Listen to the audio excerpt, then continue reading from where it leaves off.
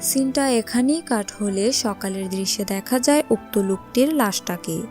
কোনো এক অজানা প্রাণী যেন রাতে খুবলে খুবলে ক্ষতবিক্ষত করে খেয়েছে। জুলিয়া বুঝতে পারে রাতের এই শুকানো সমুদ্র মোটেও নিরাপদ নয়। তারা আবার সাবমেরিনের দিক যেতে থাকে, আর এদিকে উক্ত ব্যক্তির লাশকে দেখা যায়। লাশটির মুখ থেকে কয়েকটা জীবিত কাঁকড়া বের হয়ে আসছে।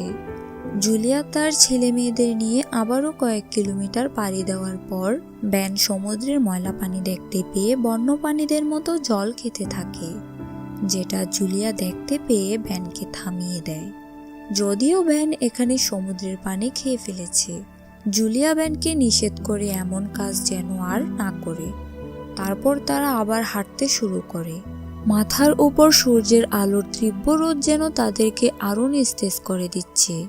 আরও অনেকটা দূর এসে তারা সমুদ্রের মধ্যে পড়ে থাকা কিছু প্লাস্টিকের জং দিয়ে বিশ্রামের স্থান করে নেয়। জুলিয়া বুঝতে পারে তার ছেলে অসুস্থ হয়ে পড়েছে, তাই সে একটা ইঞ্জেকশন পুশ করে দেয়। তারা ভাবছে এখানেই আজ রাতটা কাটাবে।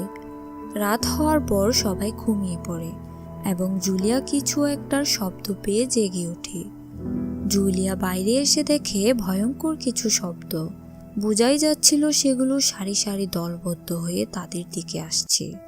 বিপদ বুঝে জুলিয়া দৌড়ে তার সন্তানদের নিয়ে এই জায়গা থেকে পালাতে থাকে।